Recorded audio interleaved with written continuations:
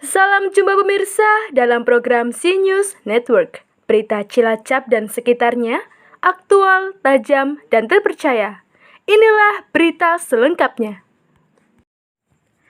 Pada hari Jumat tanggal 5 Maret 2021, Kepala Desa Karangpakis Kecamatan Nusa Wungu mendapat panggilan dari Badan Pertanahan Nasional Kabupaten Cilacap.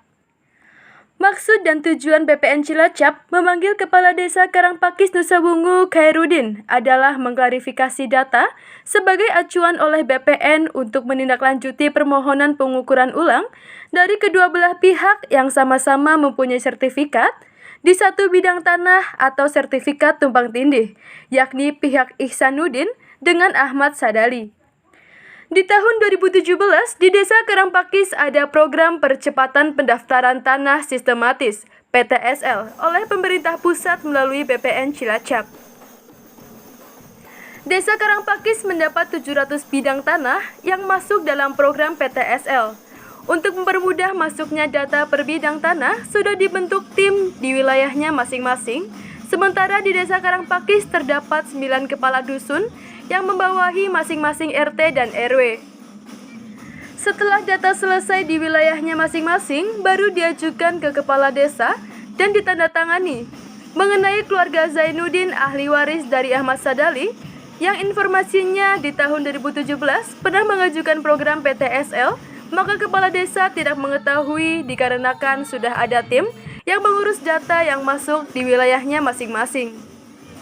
Tugas kepala desa hanya menandatangani pengajuan dari masyarakat yang ikut dalam program PTSL atas laporan dari tim pengurus PTSL di wilayahnya masing-masing.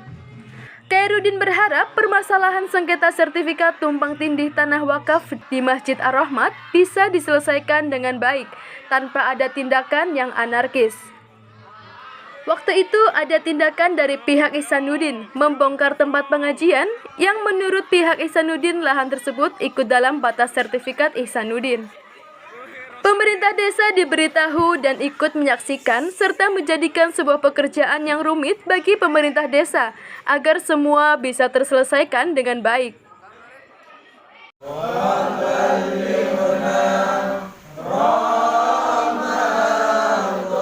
Ganggu aku senang demo.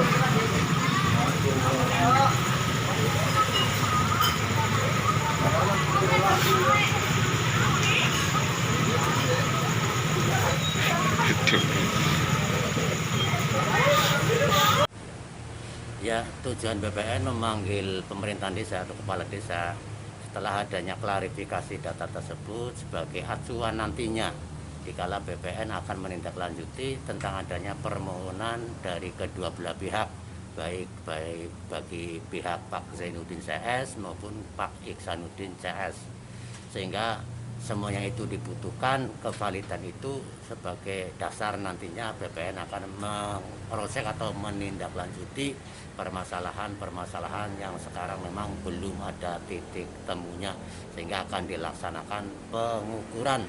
Cuman prosesnya memang melalui beberapa proses. Setelah diklarifikasi mungkin ada duduk bersama dengan adanya hal tersebut, sehingga nanti sebagai bahan tindak lanjut BPN untuk mengukur tanah itu. Itu tujuan BPN seperti itu. Pak Lurah di tahun 2017 kan sudah menjabat.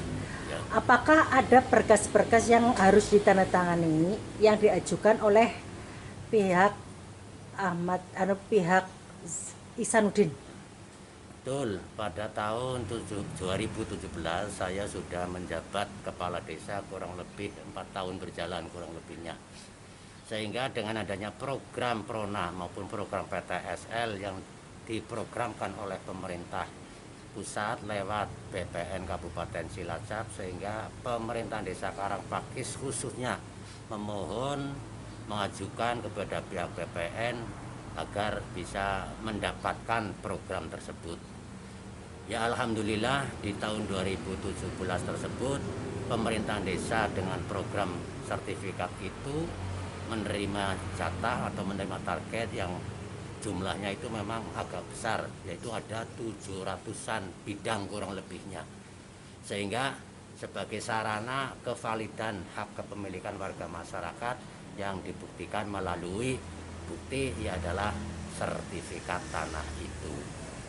Ya, sehingga dengan adanya hal tersebut otomatis karena semuanya adalah dibutuh kevalidannya, baik tentang persyaratan pemberkasan dan yang lain-lain itu memang dibutuhkan secara keseluruhannya, sehingga lebih valid lagi atau lebih mendasari tentang adanya permohonan itu biar ada keabsahannya, sehingga dari masing-masing pemohon tersebut memang mengajukan ke pemerintahan desa untuk menandatangani berita atau berkas itu. Namun dalam penandatangan pemerintahan desa atau kepala desa itu karena sudah membentuk tim di masing-masing wilayah yang di Karangpakis itu ada 9 wilayah. Nah, setelah dikondisikan oleh wilayah tersebut sehingga berkas-berkas yang harus ditandatangani oleh kepala desa diajukan oleh yang bersangkutan dan nanti tim yang mengelola kegiatan itu ke pemerintah desa. Sehingga pemerintahan desa itu atau kepala desa memang benar-benar menandatangani berita atau berkas permohonan sertifikat itu. Setelah adanya program itu diterima oleh desa, biar semua itu bisa berjalan bersama-sama dan mudah-mudahan bisa mempercepat dan mempermudah dari kegiatan itu kepada semua pemohon. Akhirnya desa itu membuat tim untuk melaksanakan kegiatan itu. Sehingga segala sesuatunya itu memang sudah diserahkan penuh kepada tim yang melaksanakan kegiatan Prona itu. Nah, kebetulan Karangpakis itu ada 9 kadus, yang melaksanakan adalah kadus sebagai koordinatornya, juga lembaga desa RT RW sebagai anggotanya. Itu sebagai tim pelaksanaan program Prona di Desa Karangpakis. Seperti itu, Bu. Ya. Terus dari pihak Ahmad Sadali sudah mengajukan PTSL, Pak, tapi sampai waktu itu tidak diproses. Apakah sudah sampai ke tangan meja Pak Kepala Desa atau bagaimana? Sampai tidak diproses loh, Pak. Hal masalah pengajuan atau pemohon warga masyarakat karena semuanya itu sudah dikondisikan oleh pemerintahan desa kepada kewilayahan, dalam arti yang berbentuk tim. Dan apabila keluarga Pak Ahmad Zadali mengajukan tentang adanya sertifikat tersebut, kami pun secara pribadi itu memang tidak tahu karena semuanya itu sudah kami serahkan kepada kewilayahan maupun tim yang melaksanakan kegiatan di masing-masing wilayah. Nah, apabila itu belum istilah mengajukan tapi belum terrealisasi, saya sendiri memang tidak tahu itu. Mungkin apa sudah nyampe atau belum, apa masih mengendap yang oleh yang menangani atau gimana, saya memang tidak tahu. Harapan dengan peristiwa ini, Pak, sengketa tanah ini harapannya gimana, Pak? Ya, harapan bagi pemerintahan desa dengan adanya sengketa ini yang telah dialami oleh kedua belah pihak juga membawa atau menyeret pemerintahan desa karena ini sudah merupakan satu bentuk kewajiban bersama. Ya, harapan dari pemerintahan desa itu harapannya ya bisa terselesaikan, tapi jangan istilahnya ada sesuatu yang kemungkinan membawa dampak-dampak yang kurang baik, dalam arti sampai adanya muncul hal-hal yang merujuk ke arah keenergisan seperti itu. Waktu itu terjadi pembongkaran, Pak, pembongkaran tempat pengajian.